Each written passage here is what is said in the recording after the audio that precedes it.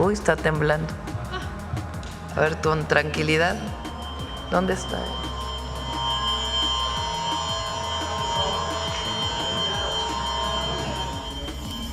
Avancen, por favor. Ayuden a avanzar, por favor.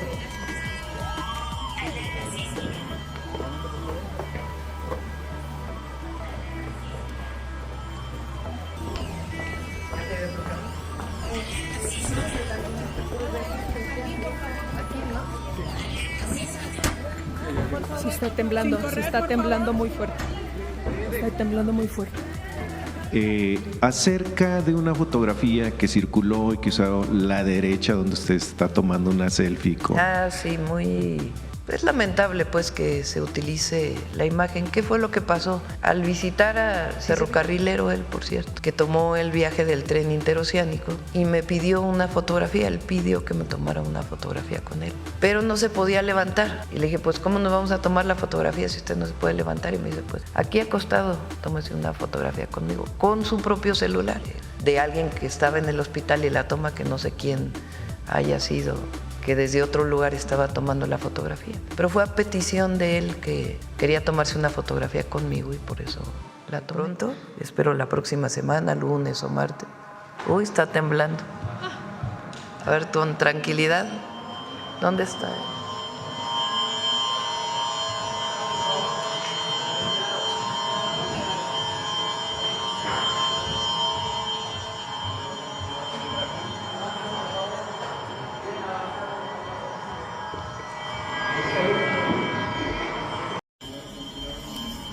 Avancen, por favor.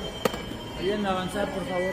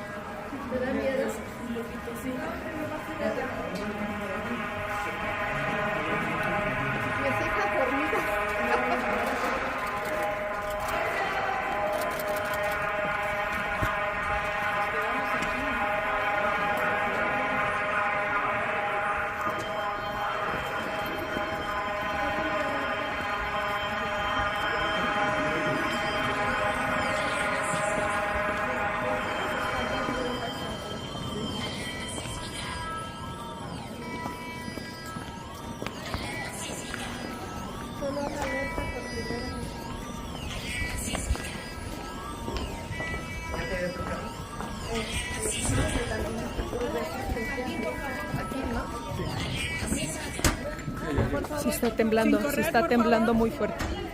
Está temblando muy fuerte. ¿Este es el último? Sí, hace 5 minutos.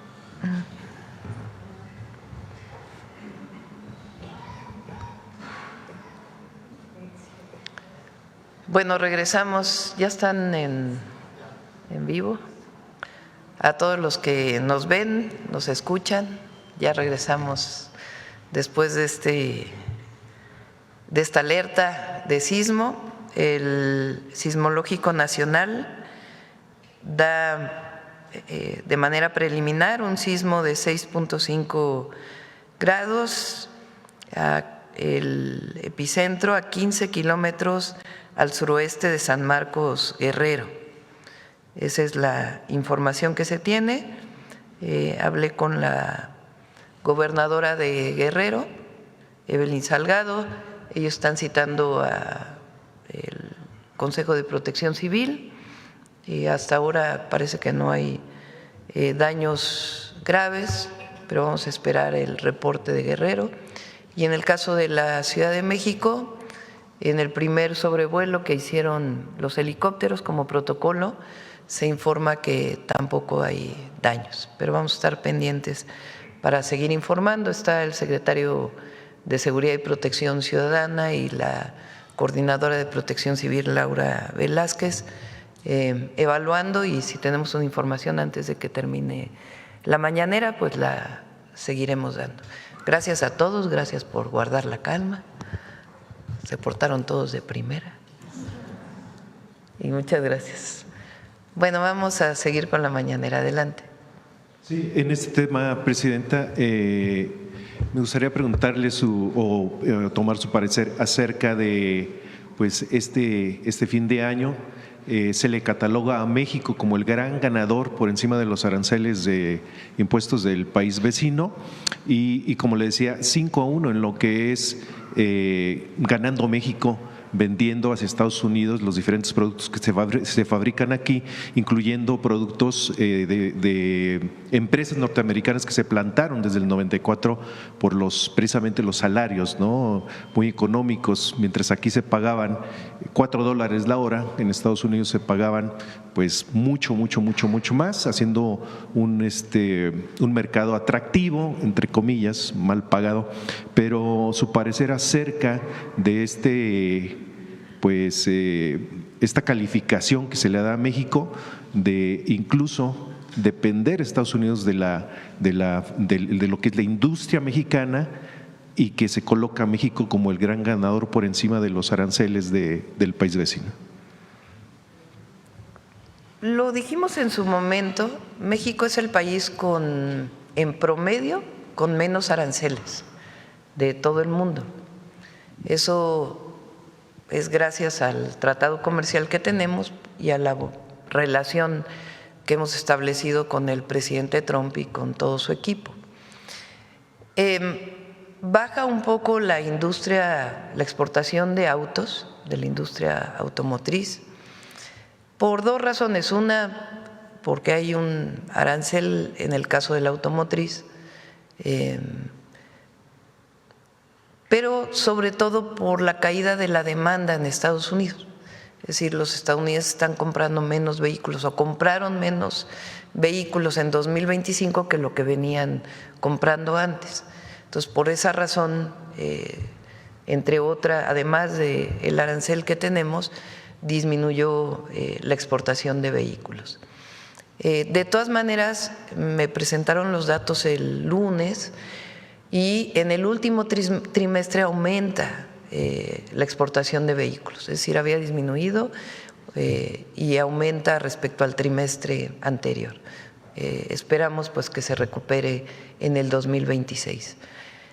Sin embargo, hay otros productos que se están exportando más, como la industria electrónica, se está exportando más de México a Estados Unidos. Y esto ha hecho que aumenten las exportaciones totales a los Estados Unidos. Pero al mismo tiempo nos volvimos el primer país que compra más productos desde Estados Unidos. Eso quiere decir pues que hay un fortalecimiento de la integración económica que tenemos con nuestro país vecino. Y va a continuar eso, más allá de la propia revisión que se haga del tratado comercial, la integración económica que tenemos, la cercanía y la relación que hemos establecido, pues va a permitir que siga incrementándose. De eso tenemos pues todos los indicadores que nos muestran que así va a ser. Por eso se dice que México es, salió un artículo en el Wall Street Journal que dice que en efecto México es el que más gana aún con los aranceles que tenemos en acero y aluminio y particularmente en la industria automotriz. Por otro lado,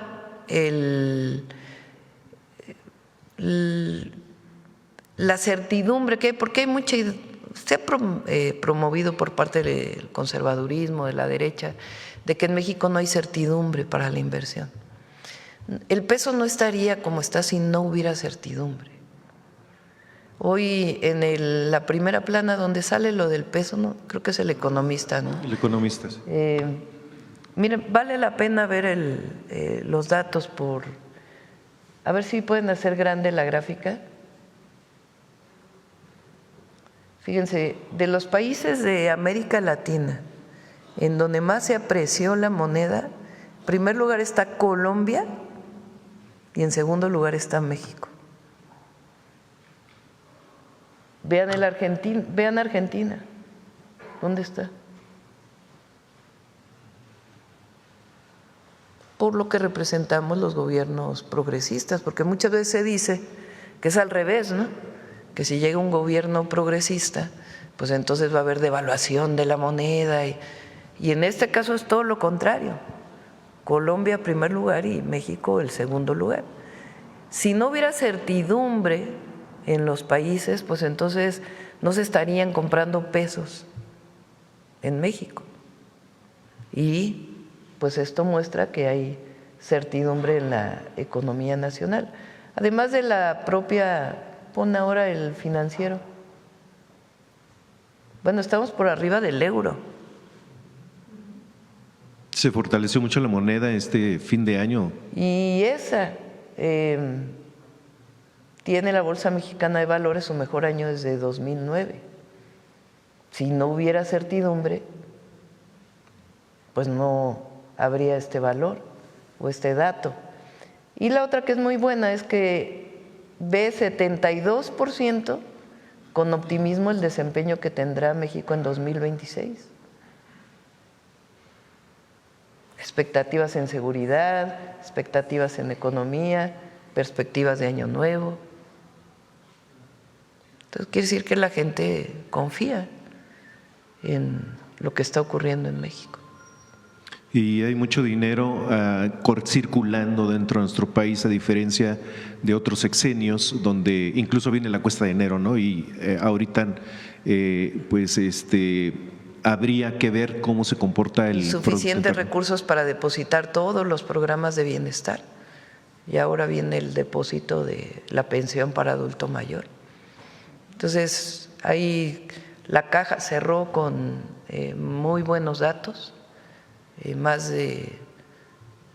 informa, más de 100,000 millones de pesos por lo menos en el cierre del 31 de diciembre. Ingresos históricos, casi 500,000 millones de pesos adicionales entre 2024 y 2025 por parte del SAT.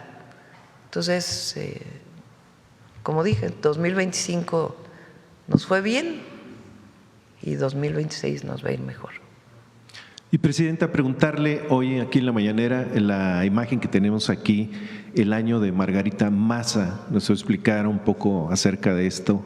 Ahora nos va a platicar Noemí, está dedicada, ayer no tuvimos, hoy sí, Mujeres en la Historia, a Margarita Maza. Y para cerrar, Presidenta, si me permite una última pregunta, acerca de una fotografía que circuló y que usó la derecha, donde usted está tomando una selfie con… Sí, muy…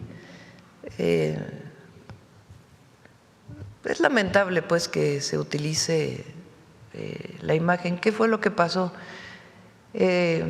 Al visitar si se fijan, en realidad yo no publiqué fotografías pues con las personas que estaban en mi red, en mis redes sociales, con las personas a las que visité en los hospitales, que por cierto nuestro pésame a la familia de la persona que el día de ayer falleció, doña Hilda.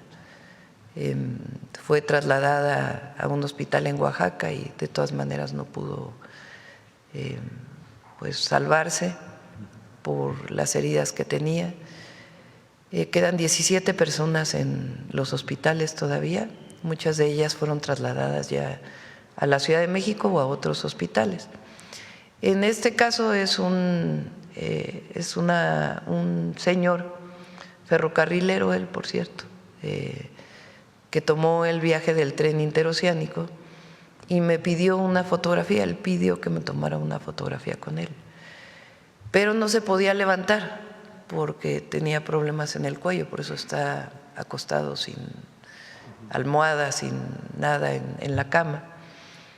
Y le dije, pues ¿cómo nos vamos a tomar la fotografía si usted no se puede levantar? Y me dice, pues aquí acostado, tómese una fotografía conmigo, con su propio celular. Entonces sale la foto pues de alguien que estaba en el hospital y la toma, que no sé quién haya sido, que desde otro lugar estaba tomando la fotografía. Pero fue a petición de él, que quería tomarse una fotografía conmigo y por eso la tomé. Pero bueno, es pues lamentable que se utilice de mala forma algo que finalmente fue una petición de la persona que se encuentra hospitalizada. Su parecer acerca de lo que usted vio en los hospitales, la gente que está siendo atendida, las personas que resultaron lesionadas. ¿Cuál es su parecer, cuál es su visión acerca de esto, Presidenta? Sobre todo como persona, como presidenta. Bueno, pues evidentemente el sufrimiento humano le afecta a todos. Todo aquel que tiene corazón se ve afectado por una situación como la que vivimos. Y acercarse a las familias pues es una forma de decirles estamos con ustedes y les vamos a apoyar en todo lo que necesiten en la situación en la que se encuentran, tanto a las familias que perdieron un ser querido como las familias que se encuentran hospitalizadas. Y lo que hicimos fue lo que hay que hacer, que es la mejor atención que se pueda tener en los hospitales. Por eso estuvieron ahí Zoe Robledo, Alejandro Schwartz, estuvo el doctor Reyes Terán, que es director médico del ISSSTE en cada uno de los hospitales, y en un centro de control que se instaló, un centro de mando, para que ahí mismo se puedan tomar decisiones entre las tres instituciones. Es decir, si requieren trasladarse a un hospital que no necesariamente sea de la derechohabiencia, que pueda haber todas estas posibilidades. Por último, la caja negra, circuló alguna noticia que ya se extrajo información. ¿Tiene algún detalle acerca de esto? Lo tiene que dar la Fiscalía. La Fiscalía tiene que estar informando de pues, las investigaciones relacionadas con el accidente. Muchas gracias, Presidenta. Con la causa del accidente. Sí, a ver, vamos ahora de este lado. A ver el compañero. Gracias, Presidenta. Buenos días, Rodrigo Muñoz de NX Noticias. Bueno, para comenzar, preguntarle este año que inicia, si tiene, bueno, cuáles serían las principales perspectivas que se tiene con relación a la relación económica y comercial de Estados Unidos, y bueno, si en este momento su equipo de trabajo está considerando pues buscar una reunión con el presidente Trump antes de que llegue el Mundial de Fútbol. Está en comunicación el secretario Ebrard con su homólogo, el secretario de Comercio, y también con el embajador que se encarga de los tratados comerciales en Estados Unidos, y el secretario de Hacienda también está en comunicación con el secretario del Departamento del Tesoro. Entonces hay comunicación permanente. Si es necesario, pues tendríamos una reunión. Vamos a ver cómo se dan pues los temas ya ahora a principio de año. Habría que esperar unas 2 o 3 semanas para ver bajo qué condiciones se va a dar el tema de la revisión del tratado, y ya lo iremos informando todos los días que sea necesario una vez que tengamos la información. En otro tema, bueno, igual de Estados Unidos, preguntarle, al parecer ya habría llegado en las últimas horas el avión de la Marina a Galveston, Texas, para apoyar con la repatriación de los cuerpos de mexicanos fallecidos en este accidente aéreo, y bueno, Cancillería habría ofrecido el apoyo para realizar todos los trámites. Saber qué información más tiene al respecto. Ya están aquí, incluso va a haber un homenaje a los marinos. Ya no sé si ya están o están por llegar, me informó el almirante secretario. Presidenta, respecto a lo del tren interoceánico, saber si desde la semana pasada que ocurrió este lamentable suceso, de alguna forma inició una serie de, no sé si digámoslo así, revisión para el resto de los trenes que operan en el país, saber si tienen planeada alguna, pues no sé, una serie de medidas extras de seguridad en los trenes, o cuál ha sido más o menos el panorama para los demás medios de transporte. Bueno, en este caso, como lo dije, son 3 acciones que se están haciendo. La primera y la más importante en este momento es la atención a las víctimas y a los familiares de las víctimas. Y ahí, como lo informé, va a haber reparación integral del daño. y tiene que venir a partir de la investigación de la Fiscalía. Eso es lo primero. Ahí junto o trabajando en conjunto con la Comisión Ejecutiva de Víctimas.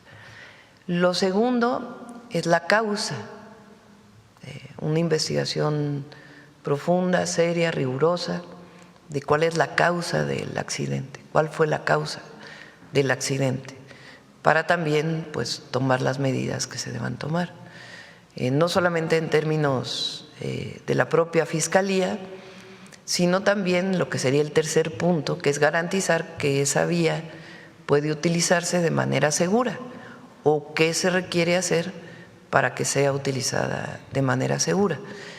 En los demás trenes, pues se siguen los protocolos que normalmente se siguen de revisión, tanto en el interoceánico, en sus otras líneas, como el Tren Maya, como lo que se trabaja con las empresas concesionarias de los trenes de carga. Ya por último, Presidenta, bueno, pues dado lo que acabamos de vivir, preguntarle, solo para que la gente lo tenga consciente o sepa lo que ocurre aquí dentro cuando se da este tipo de incidentes, saber cuál es el protocolo aquí en Palacio ante un sismo y si su equipo ya le reportó que el resto del recinto se encuentra en condiciones óptimas. Todos los edificios públicos, tanto federales como estatales, tienen que tener un comité de protección civil. De hecho, en la Ciudad de México, por ejemplo, incluso los edificios privados tienen que tener un comité de protección civil, que es quien nos orienta en el primer momento en el momento en que suena la alarma o ocurre un sismo, y por otro lado que hacen la revisión exhaustiva de los lugares para poder garantizar que en efecto el lugar en donde, o sea, que se puede regresar al trabajo normal. Ese es este caso, hasta que no nos dijeron que ya podíamos regresar, quien estaba haciendo la revisión. Es una revisión ocular, a menos que haya sido un sismo mayor, pues ya se determinan otras circunstancias. Pero todos los edificios públicos tienen un comité de protección civil que orienta y que al mismo tiempo hace las revisiones para poder informar que ya se puede regresar. Gracias, Presidenta. Feliz año. Igualmente. Vamos, perdón, a las 11:30 llega a Ciudad de México procedente de Texas, 11:30. Y terminamos. Gracias, Presidenta. Muy buenos días. Buenos días a quienes nos escuchan y nos ven. Y bueno, feliz año, y aunque este gran susto que nos depara este 2026, pues felicidades a todo el mundo. Inicio con esta pregunta. El presidente de Argentina, Javier Milei, afirmó que con la llegada de los gobiernos de derecha y de centro de derecha en América, pareciera que la región ha despertado de la pesadilla del socialismo del siglo XXI. Esto es en declaraciones al periodista Andrés Oppenheimer de CNN. Afirmó el mandatario argentino que está trabajando activamente junto a 10 países de la región en la conformación de un bloque basado en ideas de libre mercado y la libertad económica. Mi pregunta es, Presidenta, ¿la izquierda gobierna mejor que la derecha en el continente americano? Pues ahí están las monedas nomás. Ahora vuélvela a poner.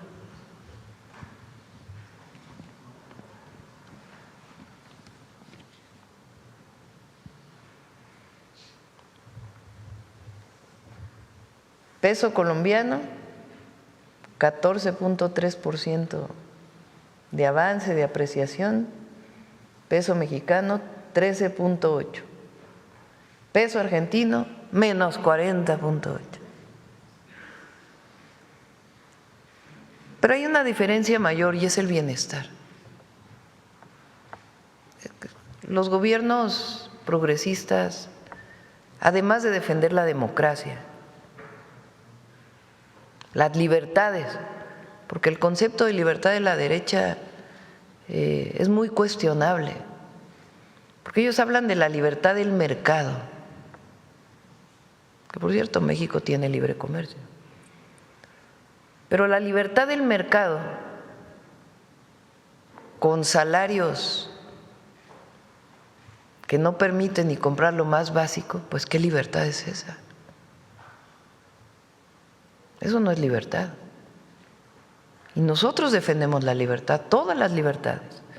Libertad de expresión, libertad de reunión, libertad de comunicación, pero trabajamos por el bienestar del pueblo. Y sí creemos y estamos convencidos que el Estado tiene un papel muy importante que jugar en ello, para la defensa de los derechos del pueblo.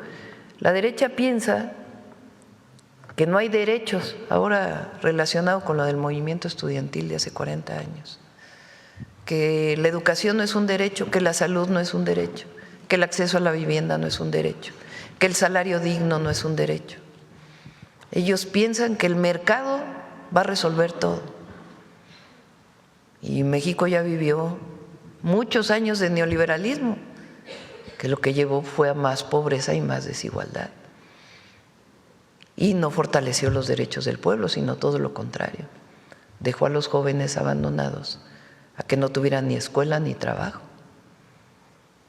Nuestra visión es muy distinta. El Estado tiene un papel que cumplir y es la defensa y la garantía de los derechos y además la conducción de un papel estratégico que se debe jugar, manteniendo la defensa también del mercado y de la propiedad privada, porque no se está en contra de ello, pero con una visión distinta.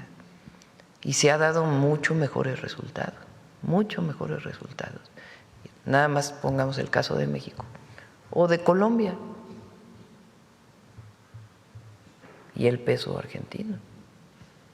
Gracias por su respuesta, Presidenta.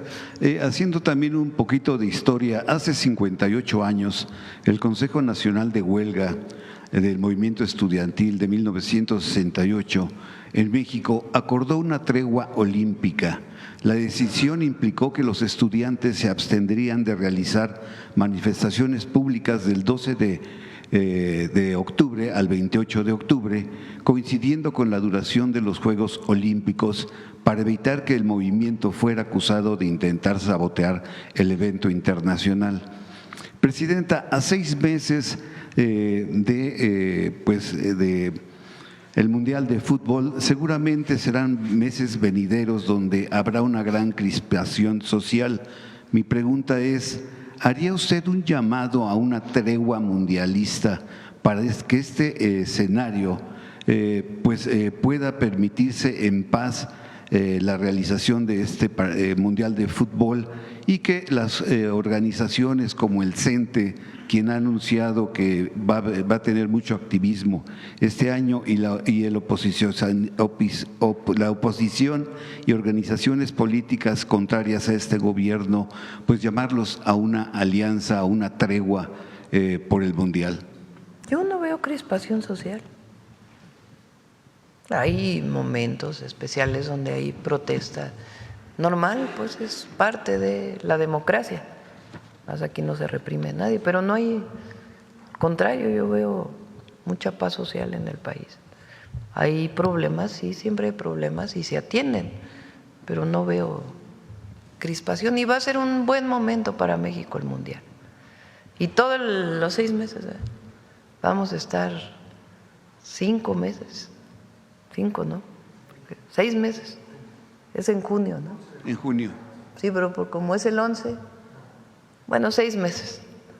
Va a haber muy buen ambiente, vamos a hacer todas las canchas de fútbol que nos comprometimos, no sé cuántos torneos, a ver, ponle ahí, ¿cuántos vamos a hacer? Torneos, copas, murales,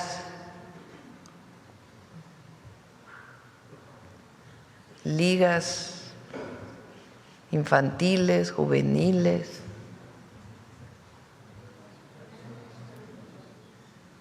Va a ser un muy buen año, 2026, muy buen año. No va a haber que hacer llamados. Una Copa Nacional Escolar, una Copa Paralímpica, Popular, del Trabajador, de Mujeres, Copa de Oro, CONADE de atletas de alto rendimiento de 12 a 15, 63 torneos, que ruede el balón por la paz, 74 mundialitos y copas. Ya vamos a empezarlos a anunciar. No nos van a alcanzar las mañaneras para anunciarlos todos. Como siguiente pregunta, Presidenta, el gobernador del estado de Puebla, Alejandro Armenta, asegura que Manuel Bartlett es un luchador social por la democracia. Propone que el Arco de Libramiento Norte en Puebla lleve el nombre de Manuel Bartlett. Le pregunto, ¿qué opinión le merece esta propuesta sobre don Manuel Bartlett y si usted aceptaría que alguna avenida o alguna escuela pública llevara el nombre de Claudia Sheinbaum Pardo? No, yo no voy a mi nombre en ningún lado. Yo soy que quede si el legado va a quedar, pues es el legado de lo que hicimos, ¿no?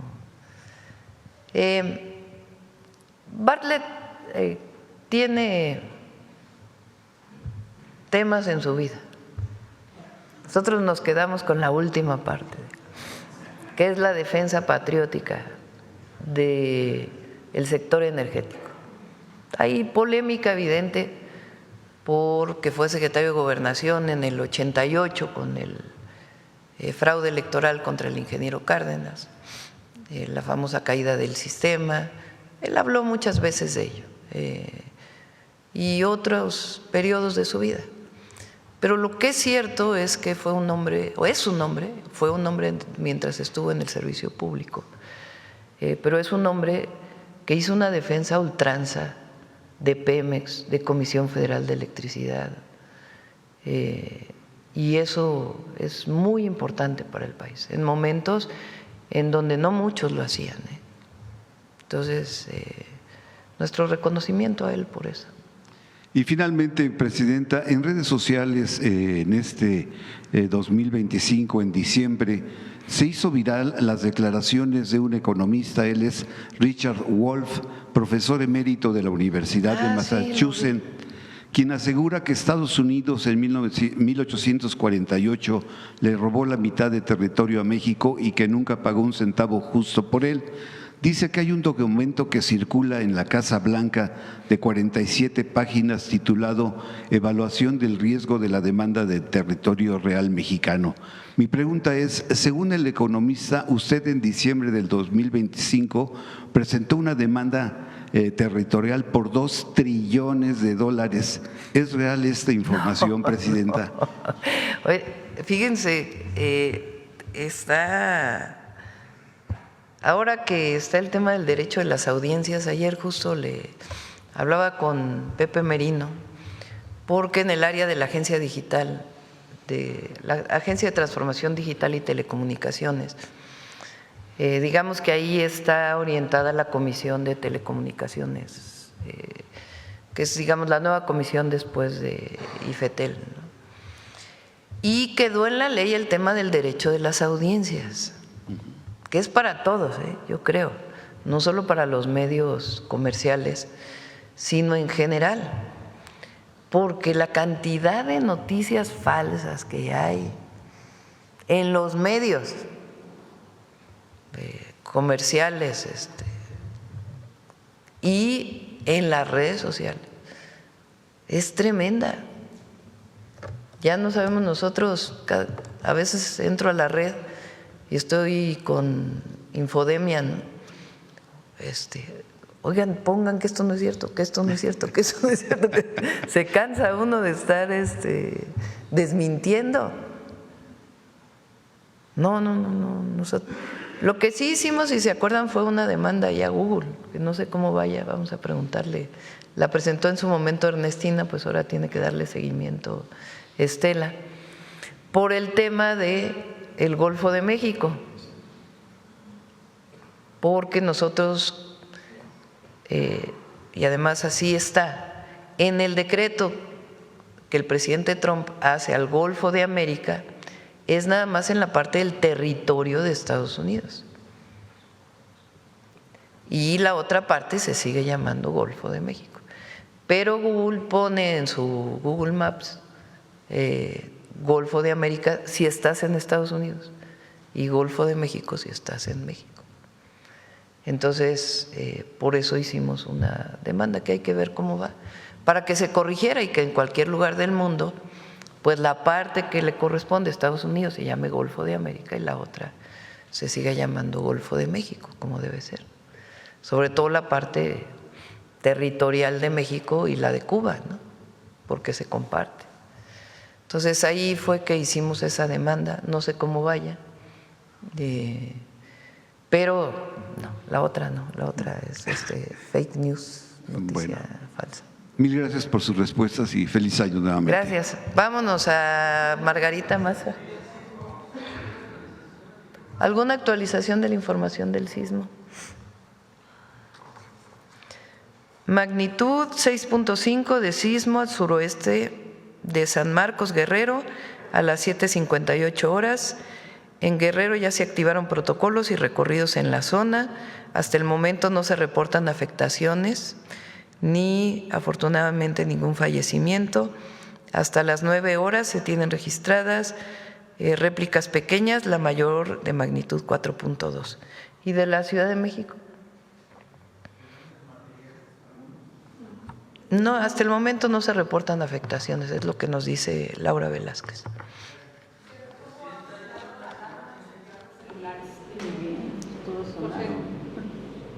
Mañana no, el lunes, ¿no? Lo mencionamos para que nos dé un reporte completo o más tarde lo subimos a las redes sociales para que nos reporte la agencia. Exactamente, tal cual. Bueno, por cierto, la próxima semana, a partir de la próxima semana, jueves y viernes vamos a hacer las mañaneras fuera de la ciudad. Vamos a hacer gabinetes de seguridad. La próxima semana nos toca Morelos el jueves y Guerrero el viernes, y así vamos a estar hasta más o menos mediados de febrero, enero y febrero probablemente. Entonces, jueves y viernes la mayoría las vamos a hacer fuera para que tomen sus precauciones o nos vean por las redes sociales. ¿Perdón? En Acapulco, sí. Bueno, vamos a ver de este lado a la compañera de atrás que desde el otro día está queriendo preguntar.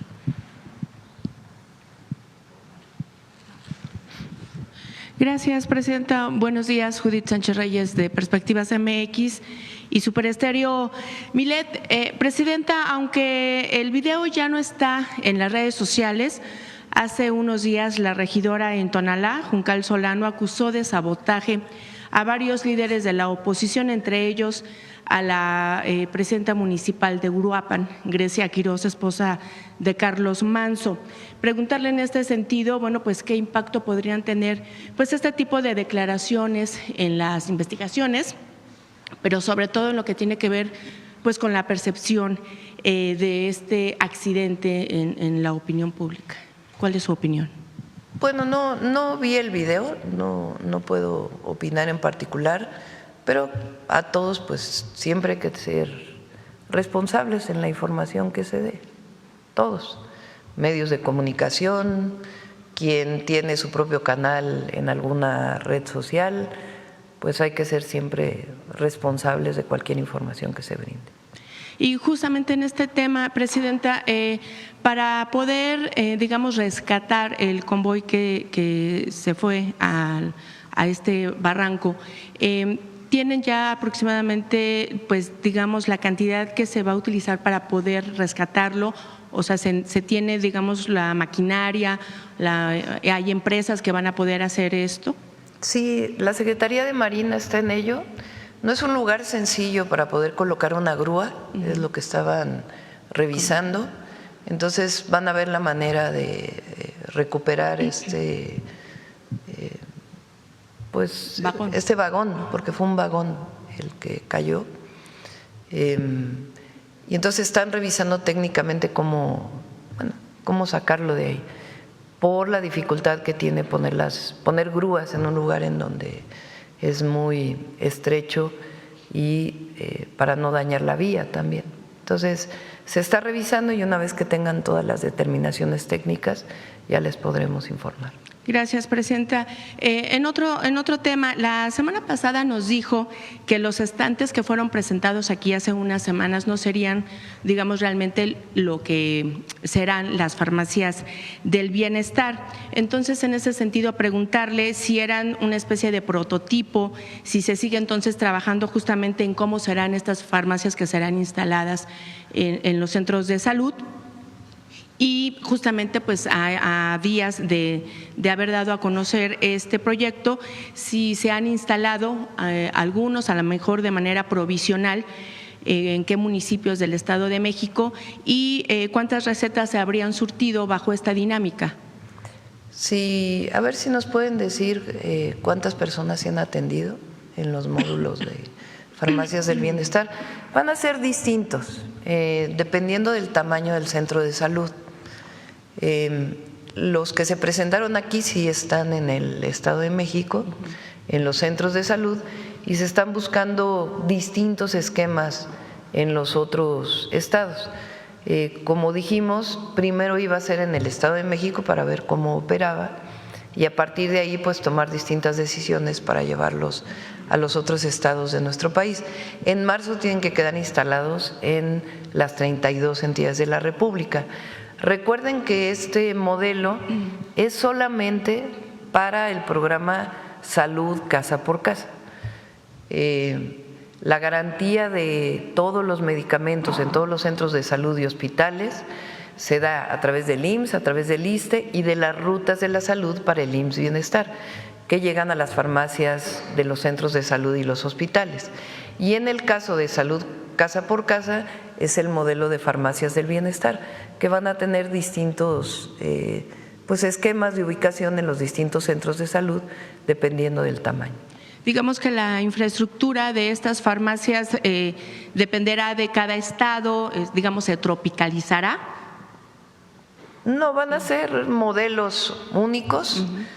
Por ejemplo, en las tiendas del bienestar ya hay también en el Estado de México los estantes de farmacias del bienestar, que tienen un modelo particular, también por el tamaño de las tiendas del bienestar. Eso es principalmente para las zonas rurales, en donde el centro de salud puede quedar un poco alejado. Entonces, para eso es el acceso a los medicamentos del programa Salud Casa por Casa.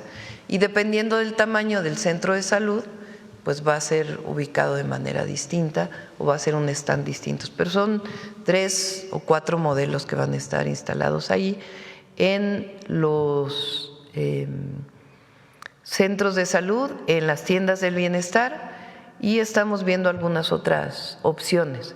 El objetivo es que el adulto mayor, ¿cuál es el programa Salud Casa por Casa? Hay una enfermera, enfermero, médica o médico, son 20,000 en todo el país. Este año van a ser por lo menos 2,000 más, van a ser 22,000, ahora son 20,000, que visitan casa por casa a todos los adultos mayores de 65 años y a las personas con discapacidad. La visita presencial en el domicilio tiene el objetivo principalmente de atender las enfermedades de diabetes, hipertensión y darles un seguimiento de que se estén tomando los medicamentos de manera adecuada. Esto pues para evitar que la diabetes y la hipertensión lleven a situaciones más graves, incluso a problemas renales o problemas en las piernas, en los ojos, en fin. Entonces, es el principal objetivo del programa Salud Casa por Casa y darle un seguimiento permanente a las personas adultas mayores para que puedan tener una mejor salud, salud preventiva. Ahora, cuando hay un medicamento porque hay hipertensión, porque hay presión alta, es un medicamento que ya se toma de por vida en general.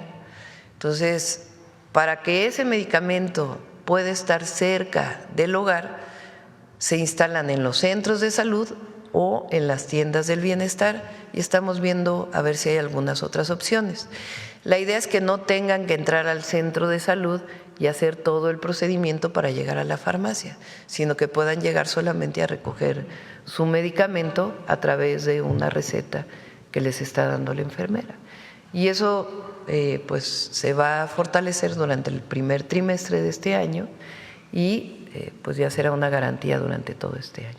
Bien, presidenta, gracias. En otro tema, en la reunión de gabinete se han analizado los casos que recientemente se han presentado, pues por ejemplo como el del periodista de Veracruz, Rafael León Segovia.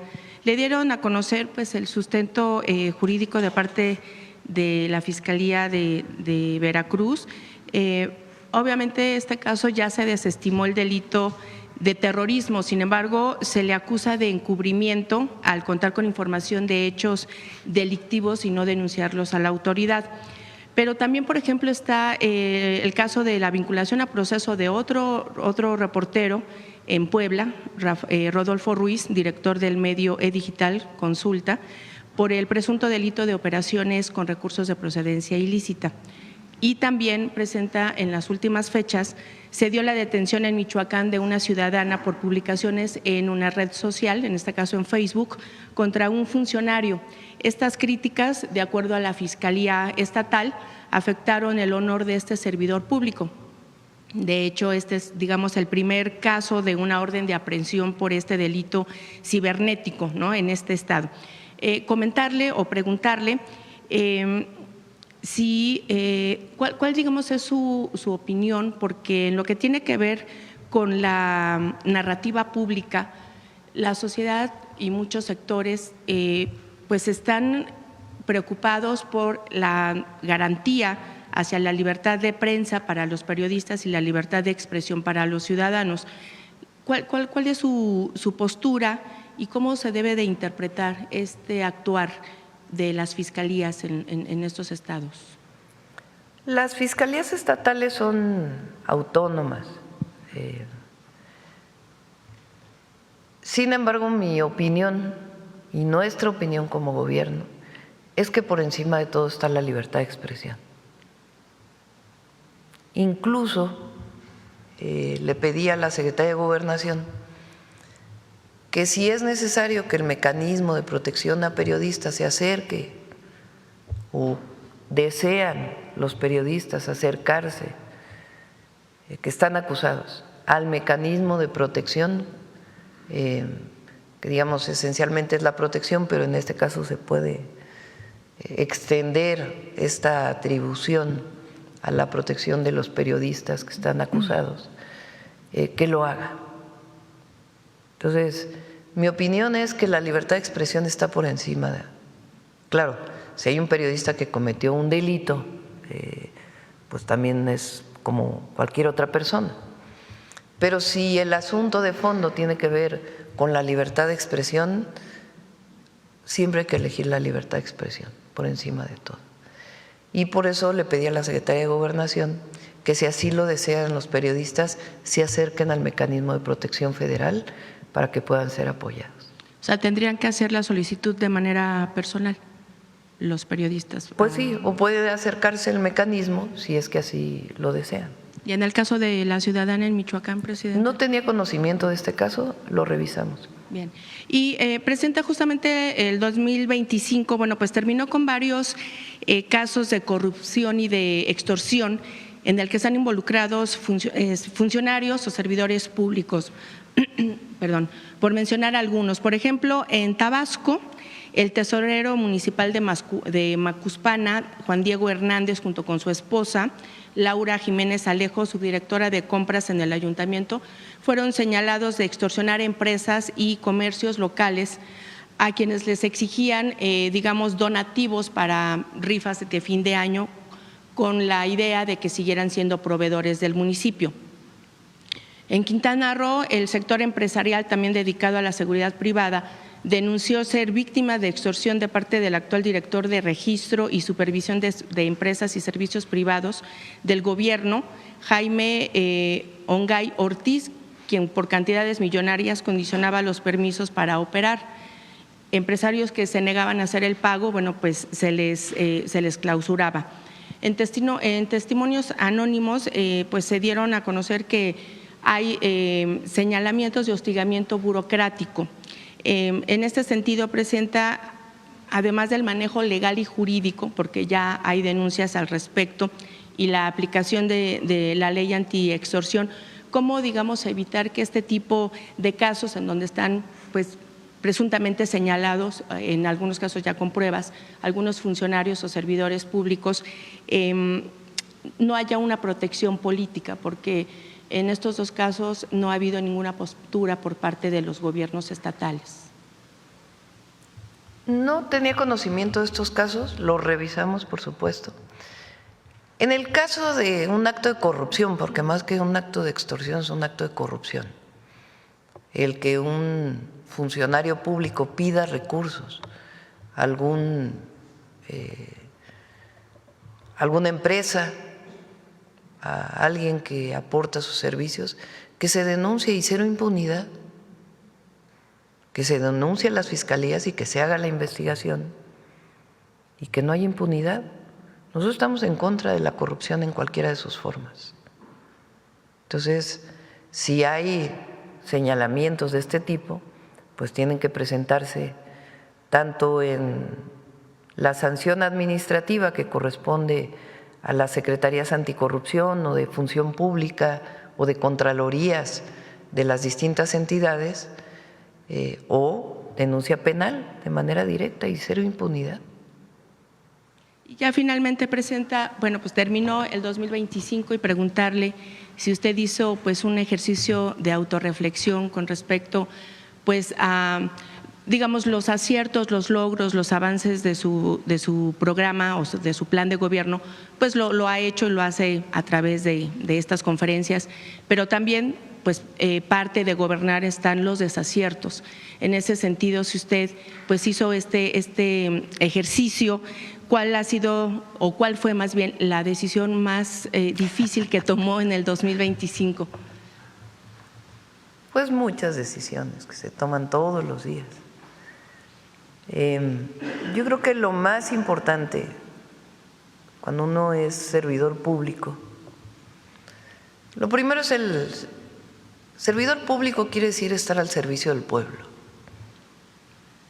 Y eso hay que tenerlo siempre en mente, siempre, cada minuto, cada segundo que uno es servidor público, por encima de todo el pueblo y los principios. Y los ejercicios que hacemos con esta mañanera y con los informes que damos, de estar informando permanentemente y afrontar cualquier situación que se presente y afrontarla con responsabilidad y apoyo a la gente. Así lo hemos hecho. En términos de los 100 puntos que nos propusimos para el sexenio, pues ya vamos como en 120 porque hemos hecho nuevos compromisos también. Y vamos bien en el avance de estos 100 puntos. Y este año, ya lo informe, ya lo dije, vamos a generar una serie de esquemas que nos ayuden a fortalecer la inversión pública y la inversión privada para garantizar un mayor avance y crecimiento económico del país, siempre teniendo en cuenta el principio de por el bien de todos, primero los pobres, y de la prosperidad compartida, porque no solo es crecimiento con bienestar y justicia. Entonces, siempre se hace una reflexión, todos hacemos reflexiones al cierre del año. Y lo más importante pues es lo que viene y el compromiso que uno hace particularmente como presidenta con el pueblo de México. ¿Alguna decisión de la que se haya arrepentido? No creo que el tema de arrepentirse, del arrepentimiento ayude mucho, es más bien cómo afrontar las situaciones, porque uno toma las mejores decisiones en la situación en la que está y a partir de ahí pues uno va mejorando y avanzando. Gracias, Presidenta. Gracias. Vamos adelante. Ahora de este lado, ¿verdad? Porque no hemos preguntado. A ver, allá atrás, que no. Gracias, Presidenta. Carlos Padilla, de la revista. Te doy este Belmont porque se prende y se apaga. Gracias, presidenta. Carlos Padilla, de la revista Zócalo. Este año 2026 se cumplen 40 años del Consejo Estudiantil Universitario, ese movimiento estudiantil, de ese movimiento estudiantil triunfante que impidió el aumento de las cuotas y también propició que continuara el pase automático de las preparatorias y CCHs a la UNAM, que está impulsando el exrector Jorge Carpizo, que muchos de ustedes impulsaron e impidieron estas medidas. En mayo de 2024, antes que usted triunfara, publicamos aquí en la revista Zócalo un número que titulamos La generación del CEU al poder. En la portada aparece usted, Imanol Ordorica, Jesús Ramírez, Lenia Batres, Martí Batres, esa generación de estudiantes, de jóvenes, pues impidieron esas medidas autoritarias. Entonces, la cuarta transformación se ha caracterizado por recuperar la memoria histórica de los movimientos sociales. La pregunta que le hago, Presidenta, es si su gobierno va a impulsar algún tipo de conferencias, algún tipo de iniciativas, pues para recuperar ese movimiento histórico que ustedes impulsaron. Finalmente, como titulamos aquí en Zócalo, su generación hoy está en el poder, en distintos lugares, en la Suprema Corte, en el gobierno capitalino, usted en la presidencia, en fin, diputados federales, locales, en fin. La pregunta es esa, ¿su gobierno impulsará algún tipo de iniciativa para recuperar esa historia, parte de esa historia? Pues ahora que lo preguntas, a lo mejor sí vale la pena. No lo habíamos pensado, ni me había percatado que son ya 40 años de ese movimiento estudiantil. Hablamos del 86, fue un movimiento estudiantil en 86, 87 y luego hubo un congreso universitario en el 90, si mal no me acuerdo, en 1990. Fue un movimiento estudiantil masivo, como bien comentas. El rector de la UNAM en aquella época era el inicio del periodo neoliberal. Y la idea que se promovió desde la rectoría y desde el gobierno, en realidad, era que los estudiantes no iban a valorar la educación si no pagaban por ella, que solamente pagando por la educación se valoraba. Decían entonces que pagar la universidad era más barato que comprar una cajetilla de cigarros, porque entonces no era más común el cigarro que ahora. Entonces querían aumentar cuotas de inscripción, de colegiaturas, de cualquier trámite que se hiciera en la Universidad Nacional Autónoma de México, quitar el pase automático de la preparatoria y del CCH a la universidad, imponer exámenes departamentales iguales para todas las carreras, entre otros asuntos. Utilizaron las vacaciones de verano para reunir al Consejo Universitario y aprobaron estas reformas en lo que se llamó, porque así lo hizo el rector Carpizo, en una resolución, algo de obvia resolución, decía, algo tan profundo de obvia resolución. Entonces, por ahí de septiembre, agosto, septiembre, nos empezamos a organizar como estudiantes en asambleas para decir que estábamos en contra de eso que se había aprobado. Y pedíamos un diálogo público, fue lo primero que pedimos, un diálogo público. No sé si fue agosto o septiembre, a lo mejor fue antes, no lo recuerdo. Pedíamos un diálogo público porque los estudiantes de 1968 lo que pedían era un diálogo público con el gobierno y nunca se dio ese diálogo público. Recuperando aquella demanda del movimiento estudiantil del 68, decíamos, se requiere un diálogo público. Y en efecto, la Rectoría aprobó el diálogo público. Y se hizo un diálogo público en un auditorio en la Facultad de Filosofía y Letras, el auditorio Justo Sierra, que los estudiantes en el 68 le habían puesto el auditorio Che Guevara. Ahí hubo un diálogo muy largo, fueron muchos días. Eran 10 representantes de la Rectoría y 10 representantes de los estudiantes. Y la Rectoría pensó que iba a ganar el debate. El diálogo público se hizo en Radio Universidad y resulta que quienes ganamos el debate fuimos los estudiantes, porque defendíamos algo que ustedes me han oído decir hasta la fecha. La educación es un derecho, no es una mercancía ni es un privilegio. La educación pública debe ser gratuita y además así lo dice la Constitución. Entonces nosotros defendíamos la Constitución de la República, el artículo 3 constitucional, frente a la autoridad universitaria y el gobierno que defendían algo que era inconstitucional. De ahí nos fuimos fue el diálogo público, trataron de romperlo con la entrada de porros al auditorio Che Guevara. Hay una escena por ahí donde yo ando, no la ponga, donde yo estoy gritando en el auditorio, compañeros, no caigan en provocaciones, así.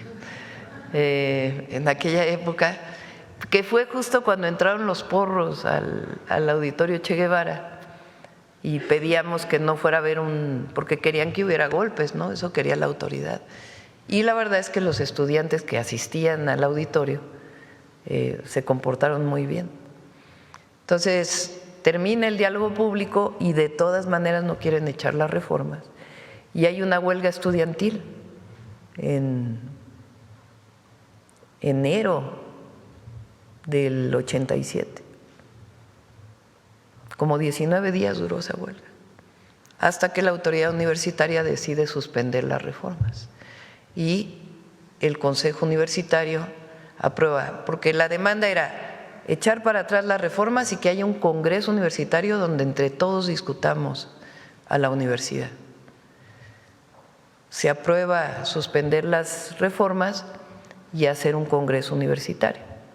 Después tardaron muchos años, el congreso universitario se hizo en el 90, pero por la manera en que se hizo en realidad no cambiaron muchas cosas en la Universidad Nacional. Lo más importante pues es que la universidad siguió siendo gratuita y se mantuvo el pase automático.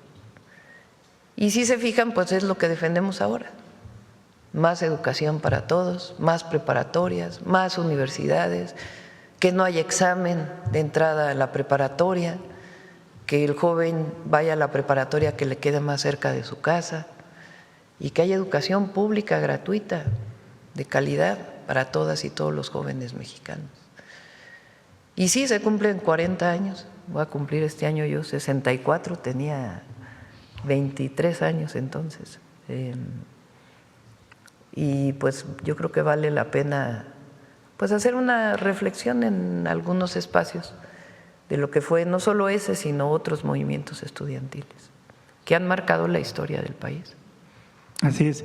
Si me permite, cada año la Secretaría de Cultura entrega a miles de trabajadores despensas como parte de una prestación, y este año las despensas fueron más copiosas, trajeron más productos. Sin embargo, aproximadamente el 30%, si no es que más, de esos productos son productos ultraprocesados, que aquí se ha mencionado en varias ocasiones que pues no es conveniente su consumo. En esas despensas se incluyen mayonesa, café, galletas, salsa de tomate, chocolate, productos ultraprocesados de marcas comerciales. Y ahora que su gobierno está impulsando, bueno, también incluyen semillas como frijol, lentejas y otros, arroz. Ahora que su gobierno impulsa pues la producción de frijol, de lenteja, tal vez sea conveniente que para impulsar esa producción, pues esos productores que están haciendo este Café Bienestar, por ejemplo, pues se incluyan en esas despensas precisamente para impulsar la producción de esos productos y evitar los productos ultraprocesados que hacen daño para el consumo. No sé si tengan usted alguna opinión al respecto. Pues es una buena propuesta. Lo que sí estamos haciendo es compras públicas directas a los productores, particularmente de frijol, lenteja ahora con el Plan Michoacán y algunos otros productos para evitar el intermediarismo. Entonces, sí se están haciendo compras públicas de las distintas instituciones que hacen alimentos para que se compren directamente al productor, entre otras acciones que estamos haciendo para mejorar los precios de particularmente los granos, que durante el 2025 cayó mucho su valor, igual que se espera probablemente que ocurra también en 2026. Entonces, pero lo consideramos para las siguientes compras de despensas. Se lo comentamos ahí a la subsecretaria de Egresos. Por último, Presidenta, el artículo 82 constitucional establece los requisitos para que los mexicanos que se interesen se postulen a la presidencia de la República. Entre esos requisitos, bueno, edad, no tener antecedentes penales. Y en estos momentos su gobierno impulsa una reforma electoral. Hemos leído en varias ocasiones que tardan muchos años para que, por ejemplo, los partidos que pierden su registro por baja votación, pues desaparezcan. Entonces, en los partidos se invierten recursos públicos y tal vez ese tiempo prolongado por desaparecer, pues implique gastos mayores para el erario público, por un lado. Y por otro, pues también se espera que los ciudadanos que aspiren a la presidencia sean probos, no tengan una actividad ilícita y también tal vez pues también paguen impuestos. Ahora hemos conocido que un empresario evasor fiscal pues quiere postularse o está interesado o ha declarado su interés por postularse por un partido conservador y de derecha. Tal vez, no sé si podría ampliarse en los requisitos para que quien se postule a la presidencia por lo menos pague sus impuestos. No sé qué opina usted. Ya, eso es otra cosa. Para eso hay instituciones, el INE, el Tribunal Electoral. Ahora, en el caso de los partidos que planteas, en el momento que el Tribunal Electoral establece que perdió el registro, ya su última decisión, la Sala Superior, en ese momento dejan de recibir recursos públicos. Así es ahora.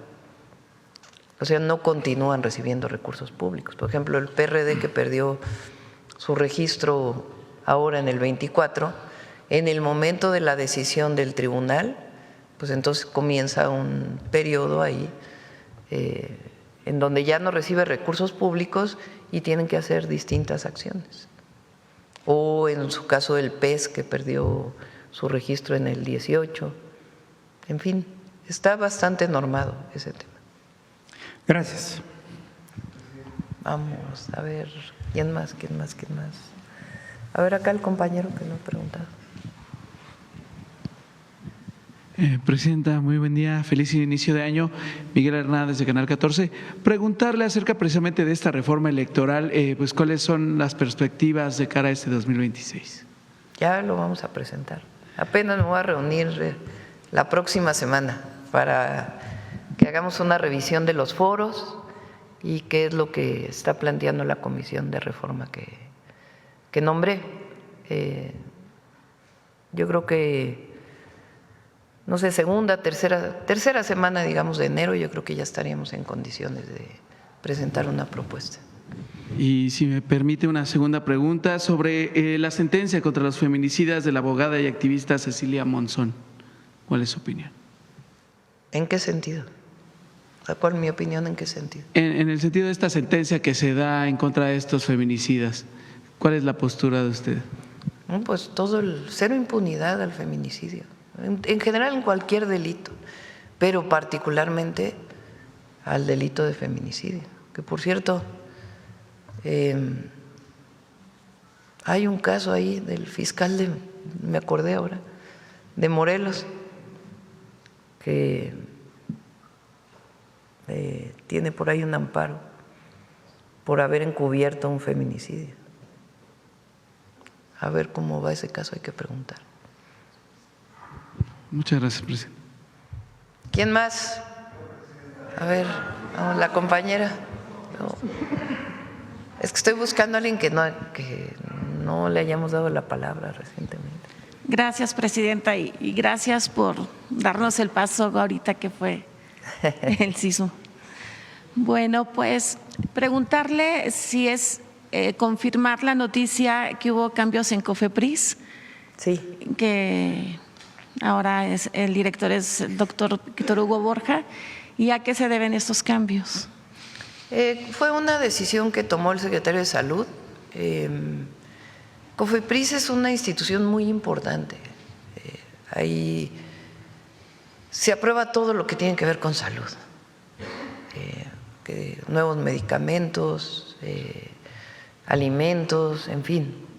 Como ustedes saben, durante un periodo muy largo incluso estaba terciarizada su aprobación. Después el presidente López Obrador, cuando llegó Alejandro Schwartz a COFEPRIS, pues hicieron una revisión muy profunda de cómo estaba la corrupción ahí, se mejoró muchísimo. Ahora hemos hecho distintos procesos de disminución de tiempos también, porque así como no queremos nada de corrupción, también tiene que ser una institución eficiente que pueda dar los resultados de una revisión con tiempo para que haya mayor desarrollo en el país de algunas acciones, medicamentos y otras actividades relacionadas con la salud. Y el doctor Kersenovich consideró que era mejor hacer un cambio, y el doctor Víctor Hugo Borja, él estuvo en el IMSS mucho tiempo, él creo que ya está jubilado del IMSS, entonces decidió nombrarlo a él como director de COFEPRIS. Gracias. Bueno, mi nombre es Gloria Carpio, de Diario Imagen. Ahora que es aquí la secretaria de Turismo, Josefina Rodríguez Zamora, y que se informó que en abril próximo se celebrará el Tianguis Turístico de México en Acapulco, y que cerró con una ocupación hotelera de más del 96%, y que usted estuvo ahí en Acapulco hace unos días y que invitó al turismo a visitar este puerto porque comentó que está fortalecido gracias a su gente. ¿Nos podría ampliar un poquito de su experiencia, como su percepción ahorita que estuvo en Acapulco? Acapulco hemos hecho varias acciones. Primero, Acapulco pues sufrió el Otis y después el huracán John. Particularmente el huracán Otis tuvo afectaciones en muchísimas instalaciones y en muchísimos hoteles, condominios, etcétera. El presidente López Obrador lo primero que definió un plan integral para la atención de Acapulco, la atención a la gente que había sufrido daños en sus viviendas, a la infraestructura pública y también esquemas de apoyo para la recuperación de los hoteles, condominios, edificaciones, restaurantes, etcétera, etcétera. Y la verdad es que las y los acapulqueños, además de ser extraordinarios trabajadores del turismo, de ahí se han ido a muchísimos destinos turísticos. Hay muchos guerrerenses en Quintana Roo, en Baja California Sur y en muchos otros destinos turísticos que aprendieron del turismo de sus padres o de la familia y que después migraron a otros lugares de destinos turísticos. Pero además los guerrerenses son personas que han vivido muchísimas calamidades, entre otras muchos gobernadores terribles, y han salido siempre adelante. Entonces, este apoyo que se dio desde el gobierno del presidente López Obrador y la gente misma, pues permitieron que Acapulco saliera adelante. Después viene, cuando entramos nosotros, un año después, el huracán John, que hay inundaciones en muchísimos lugares y también más afectaciones. Apoyamos a la población y también pues la restauración de Acapulco. Y ahí definimos, junto con Josefina, que entonces era subsecretario, Sebastián Ramírez, junto con su equipo, se dedicaran en una buena parte a trabajar por el bien de Acapulco en un programa integral que llamamos Acapulco se transforma contigo. Después Sebastián lo nombramos director de Fonatur y hay otra institución que se llama Fonatur Infraestructura, en donde está otro compañero que se llama Alan, no recuerdo su apellido, Aispur. Entonces, Josefina y los dos, Sebastián y Alan, han hecho un trabajo extraordinario. Entre otras cosas, tomaron la decisión de que los servicios públicos de la costera los desarrollara Fonatur Infraestructura. Y algunas acciones que hemos realizado donde hemos destinado recursos. Entonces, se cambiaron todas las luminarias, se hizo un esquema especial de limpieza de las playas, trabajando también con los comerciantes de las playas. El camellón de la costera pues está, yo creo que mejor que nunca, hermosísimo. Está muy limpio Acapulco por todo este esquema de limpieza que han implementado. Estas son algunas de las obras que se hicieron en banquetas. Repito, se cambiaron todas las luminarias y contratando personas también de Acapulco en Fonatur Infraestructura.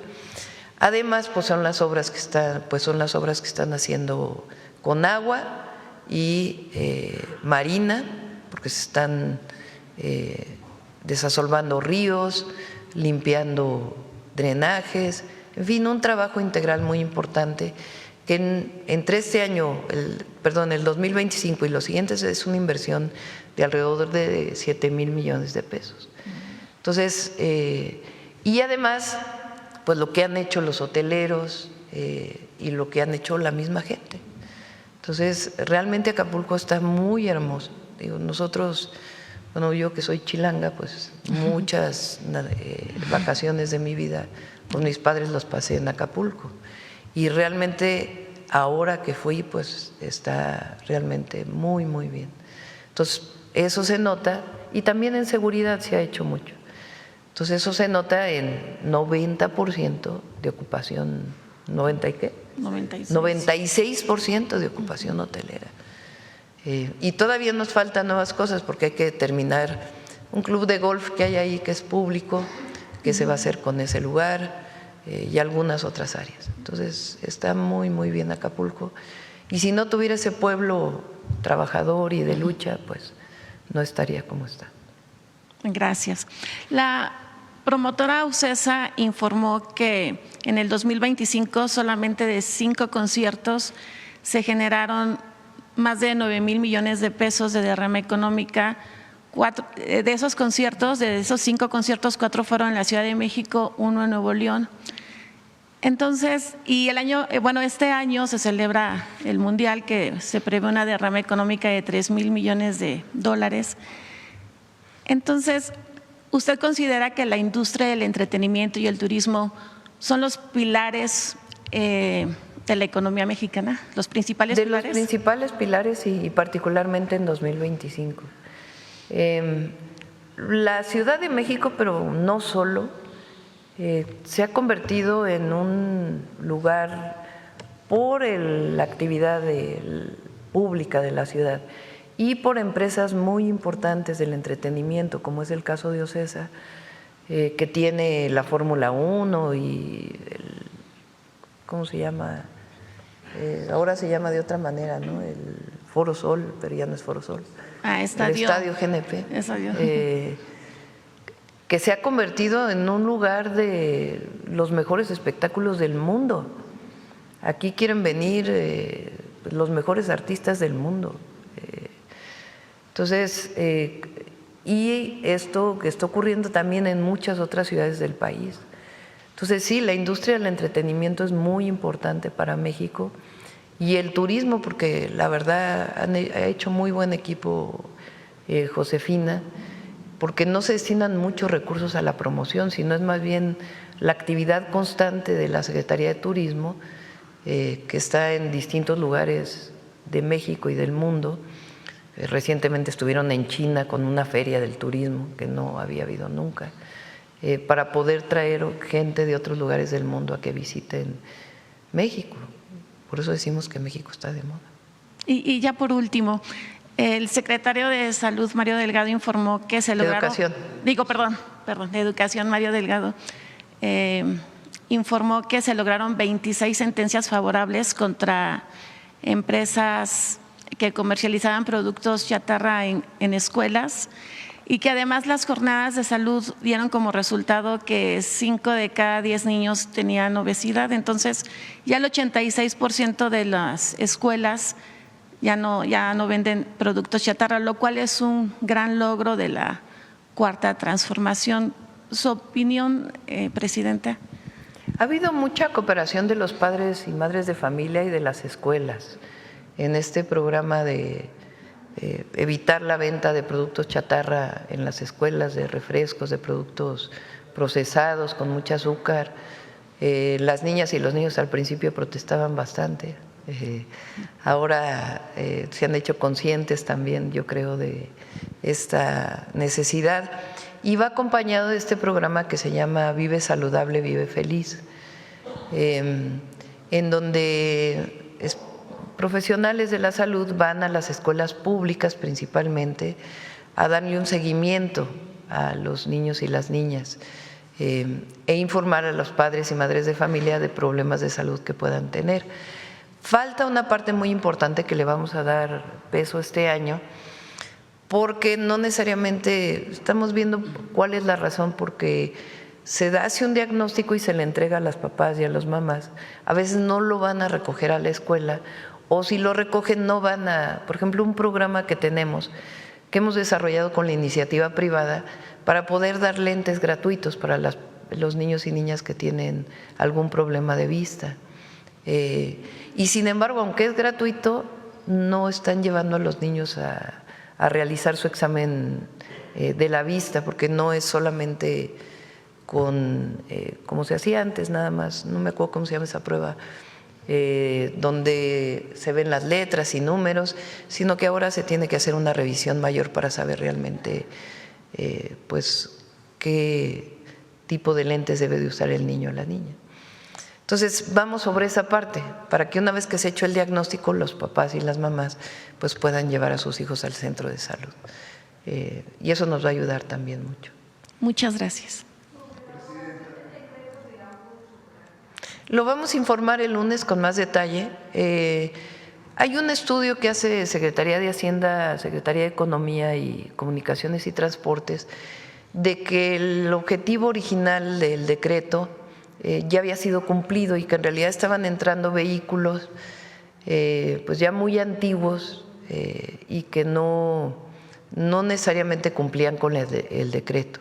Entonces, por eso se toma esta decisión.